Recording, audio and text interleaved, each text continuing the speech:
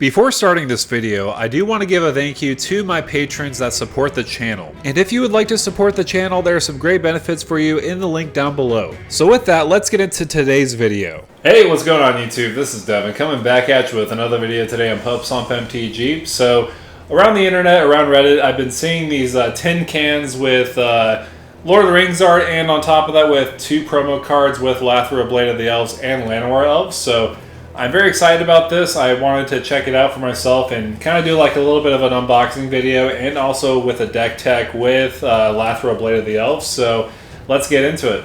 Alright, so here we are. It has some really good art. I love the One Ring it showcased in the can. Alright, so we're going to open this up.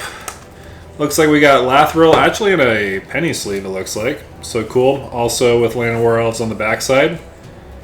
So really cool. I love the promo art. I'm a big sucker for etched cards in my opinion. I mean, I know not a lot of people like them, but I absolutely like them. Llanowar Elves looks really cool, especially with that old border green. So really cool promo packs here. Let's open up some of these packs and see what we could get. Alright, so we get a Swamp. I'm going to kind of go through the uncommons. Actually, besides You Cannot Pass, I love that one. Lost Legend, Grima Wormtongue, Loriath of the Healing House, Oliphant, Lost Isle of Calling, and an Arwen. Okay, we did get a rare. Okay. I'm not too sure about that one. I didn't look into that one too much, but not really the best pack in the world. Let's open up pack 2. Alright, so we have the Legolas art. Love these lands, by the way. I have so much of these, it's ridiculous. So I'm going to go through the uncommons and commons. Assault on Osgiliath, and Battle by Bywater. So, not the best pack in the world again, so we're going to see what we can do with our last pack. Alright, so we got a Cavern Horde Dragon art, which is really cool.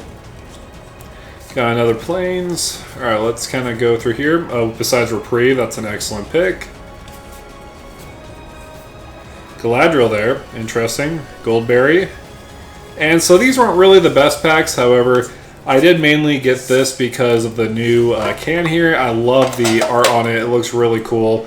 And plus, we do get a promo Lathril, Blade of the Elves, which I'm going to be giving you a deck tech on now. Alright, so let's go over Lathril, Blade of the Elves. It's probably one of the most, if not the most popular commanders for Elf Tribal specifically. It does have Menace, and when it deals combat damage to a player, you create that many 1/1 green Elf Warrior creature tokens. She also has the pretty incredible ability of tapping her. Tap 10 untapped elves you control. Each opponent loses 10 life and you gain 10 life. So as you can see, this is a very, very strong commander. It has so many abilities of getting tokens on the battlefield based off of its power. So say for example, the more combat damage you deal with Lathril, the more elves you're going to be putting on the battlefield. That's absolutely ridiculous. And when you have 10 or more elves on the battlefield, you could just tap them to make people lose 10 life and you gain 10 life.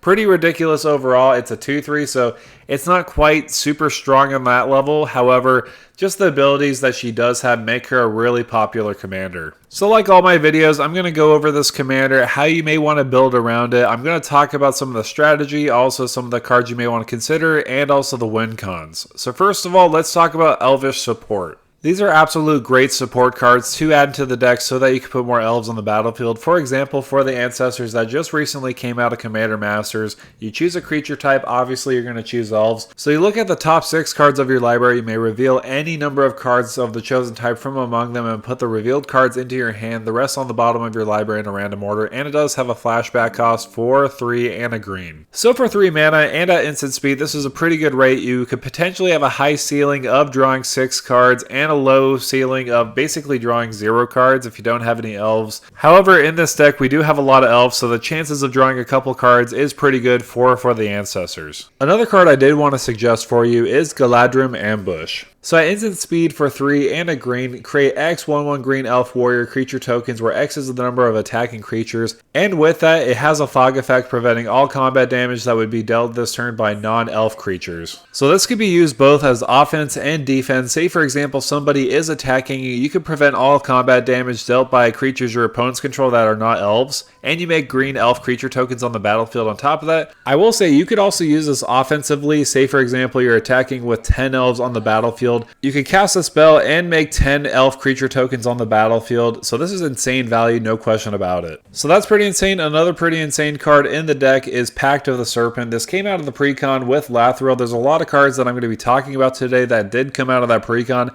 However, I did want to kind of give a refresher because if you did open that tin from Walmart and you saw Lathril and you wanted to build around her, here's some suggestions for you. So for 3 mana, you choose a creature type. Target player draws X cards and loses X life, where X is the number of creatures they control of the chosen type. So you could use this offensively. Say for example you have 5 elves on the battlefield, you'll draw 5 cards and lose 5 life. Or if somebody has less than like 5 life, you could just make that person draw 5 cards and lose 5 life, making them lose the game. So there's that option too, using it both offensively and defensively with this card as well. Since we are in a creature type theme, I did want to suggest Kindred Dominance and Patriarch's Bidding, mainly because with Kindred Dominance, it's a great board wipe, choosing a creature type. So obviously you're going to choose elves, you're going to destroy all creatures that aren't the chosen type. And with Patriarch's Bidding for 5 mana, it's essentially a great way to recur all your elves from the graveyard to the battlefield. Your opponents essentially have this ability as well. I mean, you have specific creature types, and if your opponents aren't really playing tribal commanders, you're kind of safe at having a lot more value out of that compared to them. But if you have like 5 mana dorks in the graveyard and somebody's playing a dragon tribal deck and they have like 20 dragons in the graveyard, probably don't play Patriarch's Bidding. But I would say in most cases, you're going to get the most value out of Patriarch's Bidding, having a lot of elves in the graveyard so that you can recur them on the battlefield.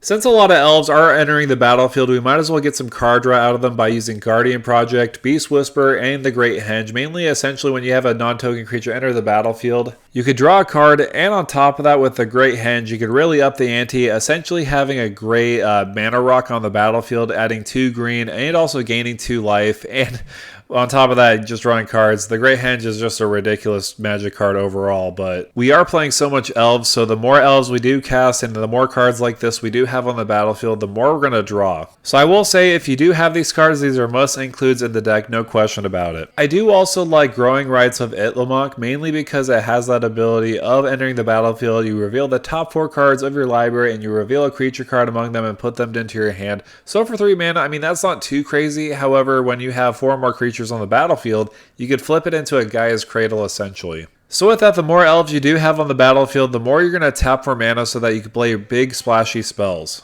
I will say another fun suggestion that you could put in your deck is having Tribute to the World Trees. So whenever a creature enters the battlefield under your control, you draw a card if its power is 3 or greater. Otherwise, you put a 2/1/1 counters on it. So what's nice about this card compared to the Great Henge, for example, is whenever a creature, a non-token or a token creature enters the battlefield, it doesn't matter which one, a creature entering the battlefield will trigger this. So in most cases with this deck, you're going to be buffing up your elves, so that's not a bad value overall, especially giving them 2/1/1 counters, making them, for example, a 3/3 with Lathril when she deals combat damage. All those creatures will be 3/3s. Speaking of the World Tree and speaking of call time, I did also want to mention Tyvar Kell or Tyvar Jubilant Brawler, mainly because he's a really good card for Elf Tribal, and on top of that, I feel like Call Time really did give a lot of support for Elves. But the Tyvar Kell Planeswalker is pretty good because it gives your Elves basically a tap ability where you add a black mana. It could also make a body on the battlefield, and it has a pretty good ultimate. You get an emblem whenever you cast an elf spell, it gains haste until end of turn, and you draw 2 cards. So if you do get that ultimate, I mean, it'll take about 4 turns to do though. But if you do get that, that's going to be pretty insane. Also on top of that, Tyvar Jubilant Brawler is pretty good because it has that ability. You may activate abilities of creatures you control as though they had haste. And similar to the other Tyvar, it does have that +1, untap up to 1 target creature, and on top of that, it has that -2 ability, mill 3 cards, then you may return a creature card with mana value 2 or less from your graveyard to the battlefield. So both of these abilities are pretty good overall, especially with our commander when we want to untap her so that we could tap her again to drain our opponents, so these are excellent includes. So I did also want to talk about the elves because this is the main focus of the deck. We want to make sure that we're overwhelming our opponents with the amount of elves we do have on the battlefield. So with that, Tyvar did lose his spark and he's not a planeswalker anymore. He did turn into a legendary creature with Tyvar the Bellicose. So it has a really good ability. Whenever one or more elves you control attack, they gain death touch until end of turn. This does apply to Tyvar himself. With that, each creature you control has, whenever a mana ability of this creature resolves, put a number of 1/1 counters on it equal to the amount of mana that this creature produced. This ability only triggers once each turn. So I've seen this work really well, for example with Marwyn. This is pretty insane with the amount of mana that you could put on her, and also on top of that put more 1/1 counters on her to add more mana on it. So yeah, Tyvar is pretty insane. I do like his abilities that he does give to our elves, kind of giving them that death touch so that our opponents are not able to block into them unless they want to lose their creatures. Plus, I mean, come on, look at him. He's absolutely shredded. I mean, look at those biceps. They look like they could just absolutely annihilate me just by a chokehold. Speaking of buff creatures, we do want to buff up our creatures like Leaf Crown Visionary, Dwylin, also Impervious Perfect. So each of these, of course, have those abilities of other elves you control get +1/+1, so this is a great anthem for all our elves on the battlefield. But I will say each of them have a great ability aside from buffing up our elves. For example, Leaf Crown Visionary has that ability whenever you cast an elf spell, you may pay a green mana. If you do, you draw a card. Also for Dwylin, it does have the ability whenever it does attack, you gain 1 life for each attacking elf you do control, so this is a great way we can kind of recuperate some of the life loss we may have lost that turn. And with Impervious Perfect, it does have that ability of paying a green mana and tapping it, create a 1/1 green elf warrior creature token on the battlefield directly, so there's a great way we could constantly just put more elves on the battlefield so that we could swing away for a huge amount of number of damage. Other anthems for our elves are like Elvish Archdruid and also Canopy Tactician. These each have that ability again to buff up our elves, and on top of that they're great mana dorks, especially with Elvish Archdruid. It does have a great ceiling of adding a green mana for each elf you do control, so the more elves you do have on the battlefield,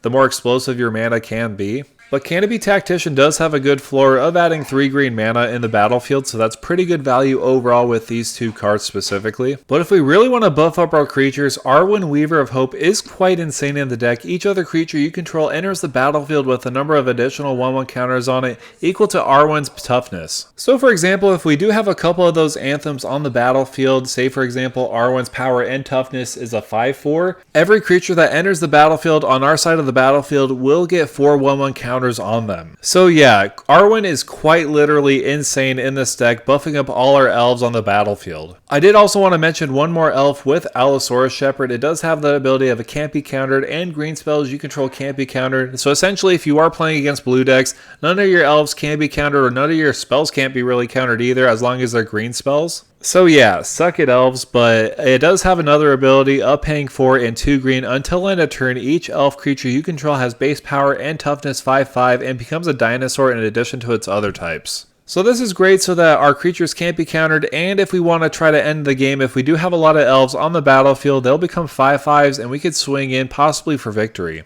There are a lot of other ways we could win the game in this version of the deck. For example, with Lathril herself, she is a win condition. We want to abuse that last ability so that we could keep draining our opponents, and we could also gain some life. Ways we could do that is using untappers like 1,000-Year Elixir and also Umbral Mantle. I mean, this would require you having about like 20 elves on the battlefield. I mean, that's not hard to do so, but say for example you tap 10 elves, then you untap Lathril, then you tap them some more with 1,000-Year Elixir and also Umbral Mantle. So honestly, this could be very viable, especially if you want to gain 20 life and your opponents lose 20 life. So this is pretty impactful. Another way we could impact the board is by using Seedborn Muse. This essentially has that ability of untapping all permanents you control during each other player's untap step. So this is almost like a combo to win the game. As long as you have 10 elves on the battlefield, you're essentially going to win. This will essentially turn into a 4-turn clock. Say for example you tap all your elves with Lathril to make everybody lose 10 life and you gain 10 life. Then later on your opponent's turn, you untap all your permanents so that you can repeat the process of making your opponents lose 10 life and you gain 10 life. And on that last person's turn, I'm just kind of going based off of everybody's life is 40 life. Most likely it's going to be less because the longer the game goes on, the more people are going to lose life. So most likely you're going to be draining people even further on to make them lose the game, and ways you could win the game. So Seedborn Muse is excellent in the deck. Essentially a 1-card combo with Lathril. I mean, the more turns that go on in the game, obviously. Another way we could win is by using overrun effects like Craterhoof Behemoth, an honorary elf in my opinion. I mean, I know it's not an elf because it's a beast, but clearly, I mean, This is just the best way to win the game by using Craterhoof Behemoth. We have ways to get him on the battlefield pretty fast by using cards like Finale of Devastation or even Natural Order. We could sacrifice one of our elves so that Craterhoof could just go directly on the battlefield so that we could swing for the win. Honestly, not much can be really said about Craterhoof Behemoth. I put about like 3 to 4 overrun abilities in the deck so that we could ensure a win with some of these cards on the battlefield. So there are a lot of ways to end the game there. However, that's going to do it for me, guys. Thank you guys so much for coming by and watching this video on Lathril, Blade of the Elves. So I wanted to make this commander a long time ago in my channel. However, I didn't really find a right time to make the deck. However, with the new version coming out in the new tins that came out from Walmart or Target, I felt like it was a good opportunity for some of those who got the tin and decided, hey, I wanted to build Lathril. Here's a good way of doing it in this deck tag video here. I do actually have a Lathril Blade of the Elves deck, so I do have some experience with this deck. That's why I've talked about some of the strategies you may want to follow in this deck. There's some new cards like the new Lord of the Rings cards that I haven't necessarily tried out in the deck. However, I do feel like they're going to be great includes nonetheless. Also, another big reason why I wanted to build Lathril in a video now is because I'm a big sucker for foil etched. I actually made a full foil etched deck, exclusively only foil etched cards in the deck only. So if you do want to go check that out, I'll post the link above here. However, with Lathril Blade of the Elves, it's a pretty classic commander for Elf Tribal. I would say it's the most popular and if not the best Elf Tribal deck. So if you do disagree with me, let me know down below which Elf Tribal leader is the best. Make sure to like, share, and subscribe to the channel. And with that out of the way, thank you for stomping by.